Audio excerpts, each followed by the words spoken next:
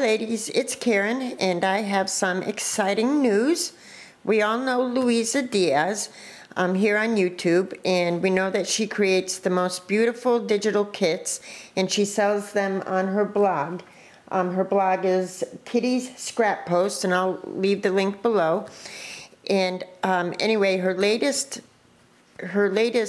collection is her spring collection, and it's gorgeous. That's what this is right here, and I'll share it with you. She has asked me to be her DT for this collection, which I was very flattered and extremely excited to work with these papers.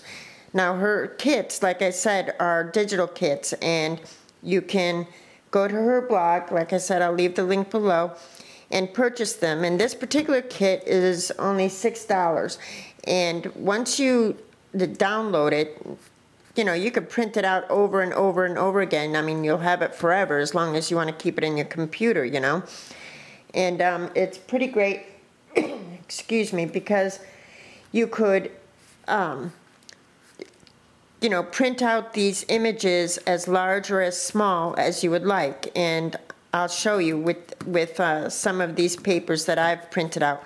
Now, I printed out her kit on just some, you know, fairly lightweight cardstock. I believe it's 60-pound weight cardstock that I picked up at Joann's or something in one of those, you know, 8.5 by 11 packages that they sell. So that's what I used to print out her kit, and it worked just fine. I have a laser printer. Right, Joe? It's a laser printer? Yes. I have a laser printer, and it just printed beautifully. So let me share the prints with you. This is one of the pages, and this is a page that I zoomed in. This is one of the, you know, printed pages, and I kind of zoomed in on this one because I wanted the detail to show. If you could see underneath the pink, beautiful colors, you could see that there's text layered under there and lines layered under there and all these pretty colors to work with. Really pretty. And then she has a page that has these pockets. You cut them out and you fold them. These two little pockets, and then the dress form and the key that you could cut out. Very cool. This is another one that's one of my favorites, and you could see the layers of you know, there's text in the background, and then the dress form and the clock, and I love this like coffee stain here. There's a lot of detail in these pages. I think she did a terrific job. They're just beautiful. And then there's a page of tags that you can print out, and these butterflies. And I have a project to share in a minute that I created using one of these papers. This is that same paper as before, except I zoomed it in so that I could have the larger dress form and a larger clock. Really cool. And then this one in this gorgeous blue, like a teal, I guess, blue. Really sweet vintage images. I printed out 2 of these. And then this one with the journaling spots. Really sweet. Look at the little egg-type hot air balloon with the little chicks in there. How cute is that? So, you know, this has, some of these papers have a hint of Easter, you know, for spring, but a lot of them are just, you know, vintage type images that you could use all the time. So this one's really sweet. And there's that vintage image there. And this one I kind of zoomed in also, so I could have this be larger. Really cute. And this is the same one as the first one, as the first page. So you could see all the details around there. And this is the other one. See, I had zoomed it so that you couldn't see those edges, but I just wanted the detail in the middle there, you know, with all that text and muted colors and stuff. But this is how the page looks whole, with the beautiful flower borders and the text and the printing, this little postage seal in the bottom. Really beautiful papers. beautiful designs. And this is the same as the one I just shared with the Easter egg in the corner, except the Easter egg isn't in this one, so you could just use it whenever. Really sweet. And then here's, okay, this little girl goes there. I already cut her out. Isn't she cute? I'm going to use her in a project coming up. But this one has some vintage Easter images, the rabbit, the sweet little egg there. This one, the teacup and saucer, or teacup and the teapot, Easter greetings, just really cute. And see, you could, once you download the kit, you could print these out and use them as, you know, you'll always have them. And then I printed out another set of tags because I'm sure I'm going to use these quite a bit. So that's her kit. And I created something really quick with them. I altered a paper bag. And I used this paper. It looks like this, except it had the dress form in the corner there. I didn't print out another one. But anyway, it's really sweet.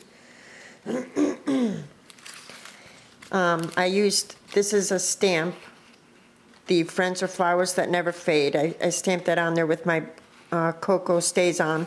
Then I went over it with my glitter pen. So the first thing I did is, this is a plain craft regular lunch paper bag, see? And I just painted it with gesso. And not the whole thing, you know, just the edges. Like that. And then I took one of the papers from the spring collection, and I used it here, and then I used the other portion here. And this is one of the tags. And I just tied some gingham ribbon and added a little rose. I stamped a penny farthing on the back, and I went over this with gesso as well. So I just, you know, used this paper from Louise's kit. I added, the first thing I did was put down some of this cheesecloth that I had, and come to find out, Joe had some of this stuff this whole time in the garage. I did not know that. So he pulled it out and gave it to me. So I'm gonna start playing with it. I just love the way it looks, all wispy and everything. So I laid down a little bit of cheesecloth, and then I just started laying my flowers. This black one is from Sock Crafters. These two purple ones are from my stash. This little butterfly I received recently in my rack from Letty, Crafty Girl 101, along with this Tim Holtz film strip. So thank you so much, Letty. I really love the doodad bags. See, that's how I use my little doodads. This little bling in the corner here is from Recollections, one of their new embellishments. And the stick pin here, I didn't create this stick pin. I had received it in a rack, but I did go over the top of it with my one of my lavender Copics, so that it would match, you know, the bag.